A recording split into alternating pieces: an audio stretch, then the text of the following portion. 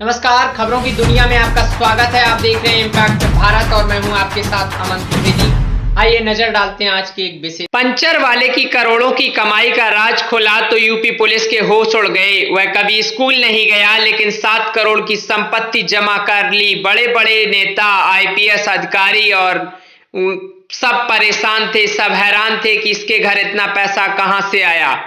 दरअसल राजधानी दिल्ली के करीब 300 किलोमीटर दूर बरेली में रहने वाले पंचर वाले का अकाउंट डिटेल जब किसी ने देखा, हर कोई हैरान था, रह गया, दंग रह गया। दिल्ली से इनकम टैक्स वाले अलग से परेशान थे और इसके पास इतना पैसा कहां से आया, और यूपी पुलिस अलग फाइलें खदालने में जुटी थी।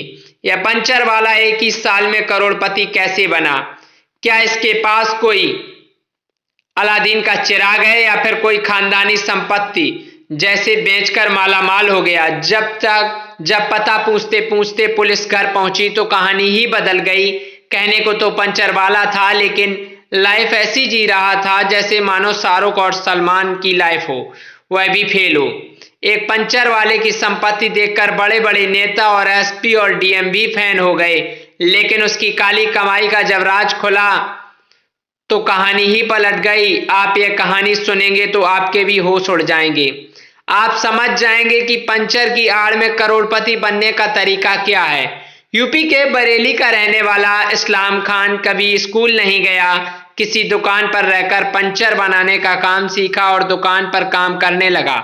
आप जानते हैं कि गांव और देहात में पंचर बनाने लोगों की तादाद कुछ ज्यादा ही होती है, रिश्ते भी अच्छे बन जाते हैं। उनकी दुकान पर आने जाने वाले लोग यहां तक कि उनके आसपास के उसे पंचर वाले के नाम से जानते थे।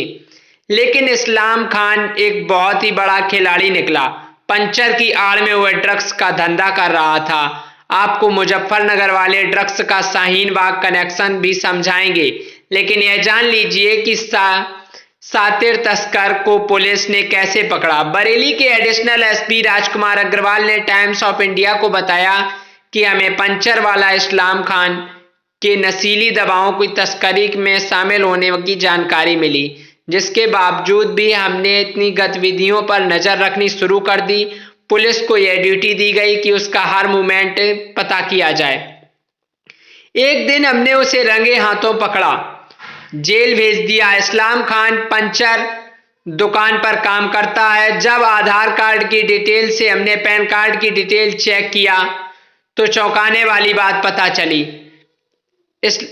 इस्लाम खान और उसके परिवार का जो आयकर रिटर्न भरा उसमें बड़ी राशि दिखाई गई थी। उसने एक बहुमंजिला इमारत बनवाई और एक बाइक का शोरूम भी खोला था, लेकिन यह नहीं बता पाया कि आखिर यह कैसे और कहां से आए।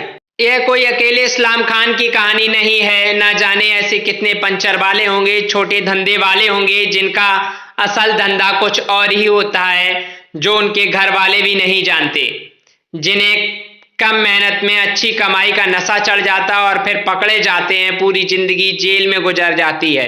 इस्लाम खान से पहले पुलिस ने बरेली के ड्रग्स माफिया तैमूर खान को जेल भेजा था, जिसकी छवि इलाके में रॉबिन हुड की थी। जो पैसा कमाता था उसका कुछ हिस्सा गरीबों में बांट देता था ताकि पुलिस वाले पकड़ने आए तो गरीब दीवार बनकर मदद करें, लेकिन उसकी चालबाजी काम नहीं आई।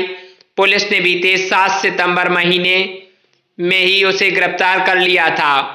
उससे पहले उसी के गैंग के शाहिद खान को पकड़ा गया तो 60 करोड़ की संपत्ति। वह लोग थे जो गन्ने के खेत में हीरोइन को छुपा कर रखते थे। अब पंचर वाला इस्लाम खान भी उस गैंग का बताया जा रहा है। दर्शकों, जैसे पुलिसिया पता कर रही है ड्रग्स आखिरकार कहां से आता था और कहां के लिए सप्लाई होता था।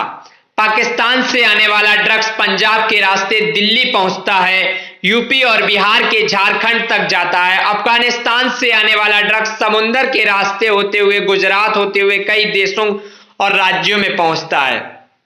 अप्रैल 2022 में पहले दिल्ली के शाहीन बाग से 50 किलो हीरोइन पकड़ी गई और यूपी में छापेमारी की गई। मुजफ्फरनगर से 900 करोड़ की कीमत की 150 किलो हीरोइन बरामद हुई तो पता चला नया अड्डा यूपी है। शाहीन बाग ने ड्रग्स माफिया को हैदर को पकड़ा गया और उसी के मुजफ्फरनगर में अपना नया ठिकाना बनाया था। उसी ने ड्रग्स माफियाओं के तार यूपी के सुदूर क्षेत्रों तक पहुंचने लगे हैं, जिसकी कमर तोड़ने में यूपी पुलिस लगी हुई है। गुजरात के मुद्रा एयरपोर्ट पर हजारों करोड़ों के ड्रग्स पकड़े जाने के बाद देश भर में एंटी नारकोटिक की टीम एक्टिव हो गई। आपको भी एक्टिव होना पड़ेगा, क्योंकि यूएन की रिपोर्ट कहती है कि भारत में ड्रग्स लेने वालों की संख्या 30% बढ़ गई है और 2.3 करोड़ भारतीय अफीम का नशा करते हैं। ड्रग्स की वजह से हमारे देश में रोजाना 21 मौतें होती हैं। इसीलिए अपनों को सुरक्षित रखना हमारी जिम्मेदारी है। अगर ऐसी कोई जानकारी मिले तो खुफिया जानकारी मिले तो पुलिस तक जरूर पहुंचाएं, ताकि आपका बच्चा ड्रग्स के जाल में ना फंसे। Bureau report.